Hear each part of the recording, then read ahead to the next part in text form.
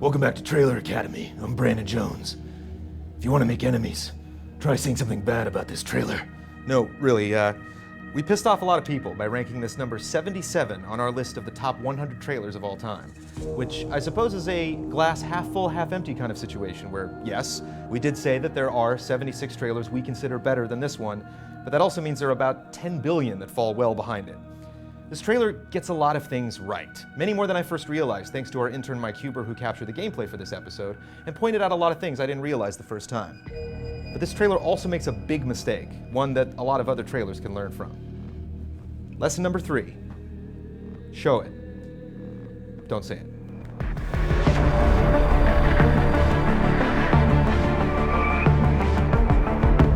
Saying something instead of showing it is very common in this industry. It's much easier to tell you a story is amazing without actually explaining it. But trailers are primarily a visual medium, and the most impactful discoveries occur when viewers spot something for themselves instead of having it spelled out.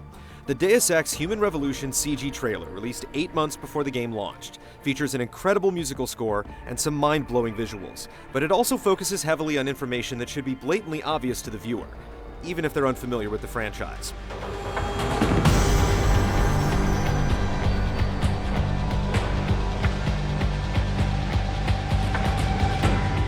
About a minute into the extended trailer, we meet the new and improved Adam Jensen. After being nearly killed by a paramilitary group called the Tyrants, his employer, Seraph Industries, augmented Adam with cybernetic implants. His arms were reconstructed with adjustable appendages created from advanced polymers and lightweight metals. They're so powerful that Adam apparently doesn't know or doesn't care about his own strength. We're then told the year is 2027, presumably to inform those who played the original Deus Ex that Human Revolution is a prequel. To the uninitiated, however, this information holds little value and is frankly a bit unbelievable. Following these words, we're shown a view of Hengsha in the future, and it's highly unlikely that this much development could occur in a mere 17 years. We're already 3 years past when this trailer came out, and Shanghai, China's most populated city, looks pretty much the same as it did back in 2010. Cutting back and forth between the skyline and Adam's apartment, it appears as if we're in the same city, but Adam lives in Detroit.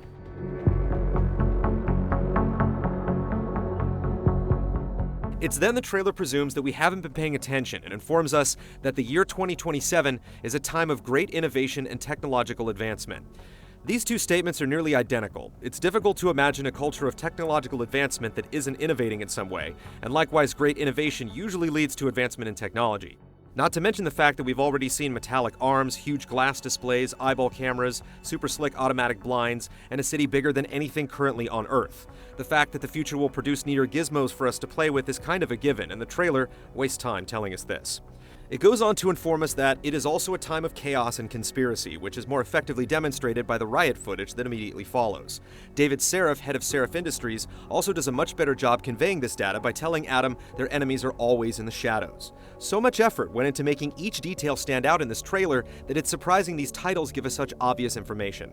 The problem is not that they are written poorly, the trailer doesn't need them to begin with.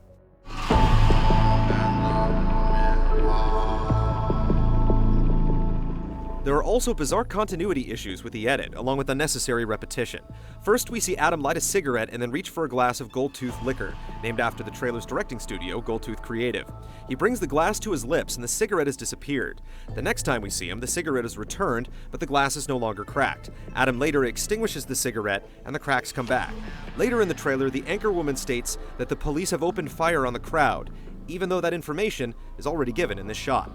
The repetition continues when we start the admittedly awesome Adam combat montage. The problem is we go back and forth between Adam flexing his augmented muscles and the Tyrants attacking a protest outside of Seraph Industries. It's good to see both these scenes, but pointless and pace-breaking to cut back and forth between them. Show us the riot, and then show us Adam's powers. Don't cut back to the riot if all we're going to see is smoke grenades and people being stepped on.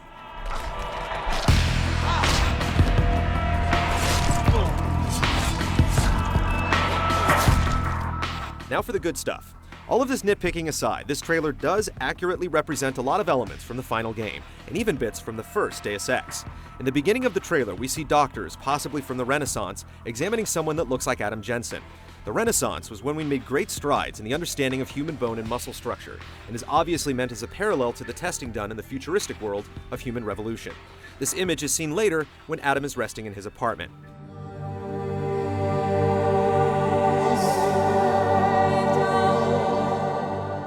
After being examined, Adam, as if he's a ghost leaving his body, rises through the roof of the building and rockets toward the sun. This is referencing the Greek myth of Icarus, the son of Daedalus. The two were trapped on the island of Crete until Daedalus created wings of feathers and wax that allowed them to escape. Against his father's advice, Icarus flew too close to the sun.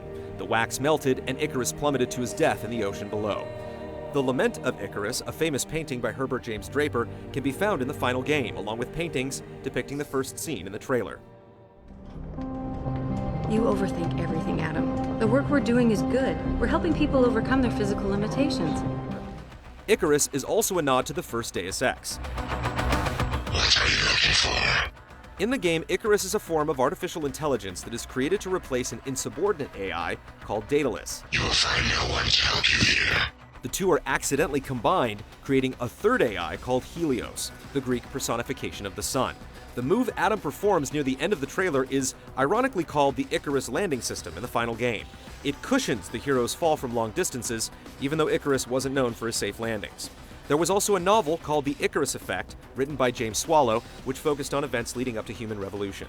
The thematic ties to Icarus and human revolution are more obvious. You could say Adam is given wings when he's augmented with bladed robo-arms, and the fall that the Greek Icarus made back to Earth reflects the flawed augmentation aspirations of Seraph Industries. The finale of the game also takes place in the middle of the ocean.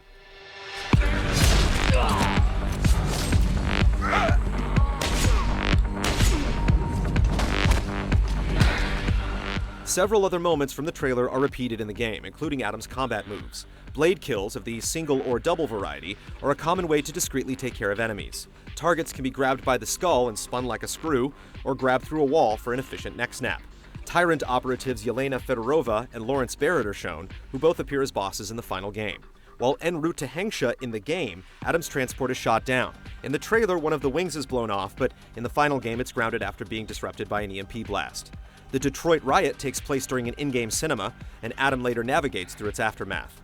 He encounters the Purist, who is forced to shoot himself in the head in an early mission, and locations like Adam's apartment and the augmentation room can be visited. A few lines of dialogue also make the transition between trailer and game, from Bill Taggart, founder of the Humanity Front. The flesh may heal, but the mind is not always so resilient. David Seraph.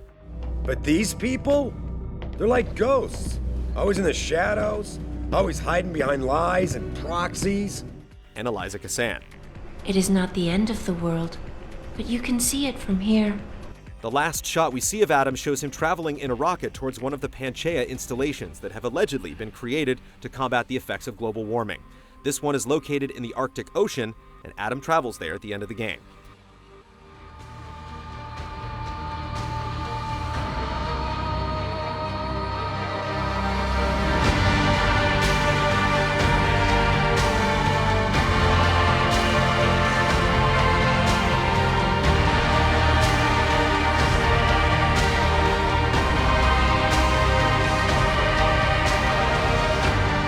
As you can tell by this point, a great deal of thought went into this trailer's construction. The trailer and game were scored by Michael McCann, who also composed the music for Splinter Cell Double Agent and XCOM Enemy Unknown. Human Revolution's main theme, appropriately titled Icarus, emits a hypnotizing tone that fits perfectly with the story and mood. This attitude, combined with the incredible visuals provided by Square Enix's Visual Works studio in Japan, is what makes the trailer so irresistibly cool. It's because the video is so good in these regards that it's unfortunate it gets bogged down by the sophomore titles and needlessly reoccurring edits.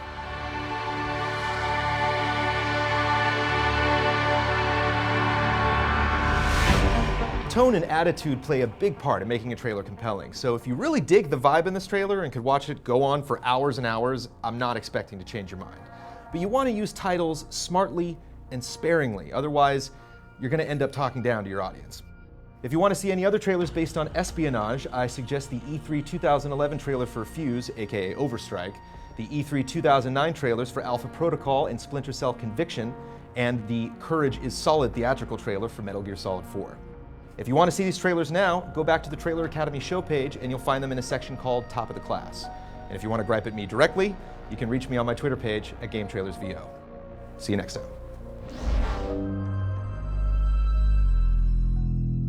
See all of our shows and game reviews now on the brand new GT app on Xbox Live, and the GT Originals iOS app too.